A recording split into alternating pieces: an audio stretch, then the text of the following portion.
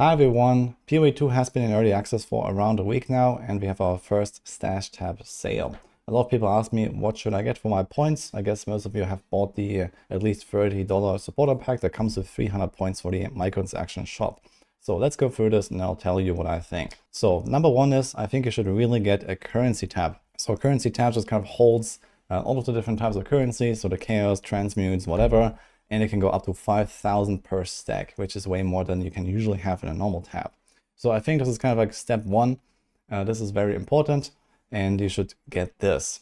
Now, there usually should be something like a map tab, which I would also recommend because right now it's kind of messy, but this doesn't exist yet. But if you look at this here, this is basically my map tab. I have all my waystones here and a bunch of other random stuff that I just kind of like throw in there after every run. And in PoE 1, we used to have the map tab that will certainly come here and that will hold the waystones. But right now it doesn't exist. So at least keep that in mind for later. And other than that, you can also see this, what I'm doing right now, a quad tab. I think this is really the bread and butter of mapping in this game right now. Having one or two quad tabs to kind of like throw all of your stuff, because even if it's kind of like, you know, not in order, at least you can just throw everything in there, and then every, you know, few hours or something, you're gonna take a few things out and sort it a little bit, and it kind of cleans up again a little bit. But I basically use one quad tab for pretty much all of the stuff, and I have like 140 hours playtime right now, and I was kind of fine just throwing my things in there. Now, another thing I would maybe recommend is to get either a second quad tab or a gem tab. So we have this here. I use basically a second quad tab for this, but there is also a dedicated gem tab. If you like that more, it basically is more in order and it like listed by tiers and stuff like that. So we have this gem stash here, but this is only really relevant if you actually like to have some kind of backups around. So for example, I have been experimenting on a lot of my builds and I just kind of kept a bunch of these support gems. Otherwise, it's fine to just throw them into a tab somewhere as well. There are some other nice tabs to get that, at least in the long run, will be kind of helpful, but are not really required, I'd say, right now, because this stuff is just not really that plentiful. But there is the Essence tab, which kind of like sorts them very neatly. So if you like that, you can do this. Otherwise, you don't really get enough of them for this to be that relevant, I would say. And the same thing with the delirium tab. So there is also a tab that holds all of the distilled emotions they get from the delirium mechanic. You also don't really get that much of everything. So you could get away with just like throwing this into like even normal tabs. So you can, for example, set, you know, affinity. Let's say you take this tab here and right click this, and you can set here delirium and essence, and you can just kind of remember, okay, this tab has those two things, and that will probably be fine. Another thing I would recommend, especially if you play Trade League and you like trading a lot, then you should probably get something like a premium stash tab bundle. So it looks like this here. There is a difference between the standard stash tabs and the premium stash tabs. So standard are just these like brown ones that have a number, and that's it. This is what you get when you get the game. And the difference is that first of all, you can name and color these, so you have a bit more order in your stash. You can also upgrade existing stashes to premium. There's also the premium upgrade here. The thing is, you can also use this to list items here. There's like this public button.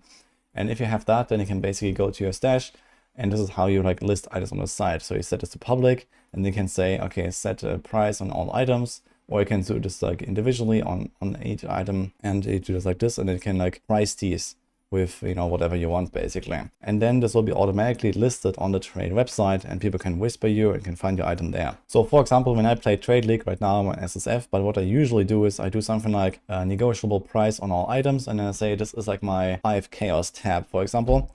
And then every item in here will be listed as 5 chaos unless you manually override it. And then I go, for example, for this one, and then I will do the same with public here, and we set every item to, let's say, 10 chaos. And like this, you can kind of like, if you're not sure what to price an item, you can, you know, have a 5 chaos tab, a 10 chaos tab, a 20 chaos tab. You just kind of like throw your stuff in there, and it will automatically be listed on the website, and you don't have to like manually price check everything. So having like 5, 6 tabs like these, where you kind of like move stuff from more expensive to less expensive tabs, is actually a great benefit in order to get the stuff sold. Whenever it doesn't sell, you just move it to the next lower tab, and so on. So having a bunch of these premium tabs is really recommended for trade. And that's pretty much it. So as I said, get definitely at least one quad tab. I would say maybe 2 or maybe even 3. So you can like throw different things in there. You can also have, for example, a quad tab for uniques.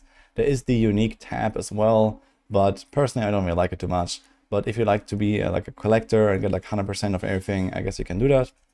But there's also not that many uniques that are really worth keeping, I gotta say. This is more like fancy stuff, but not really that helpful. But yeah, having one quad tab for the waystones at the very least, and maybe other random stuff is very nice, just to like, you know, keep the flow of mapping really nice, so that you don't have to like constantly fiddle with your inventory when you finish a map and then come back to town. And other than that, yeah, currency for sure.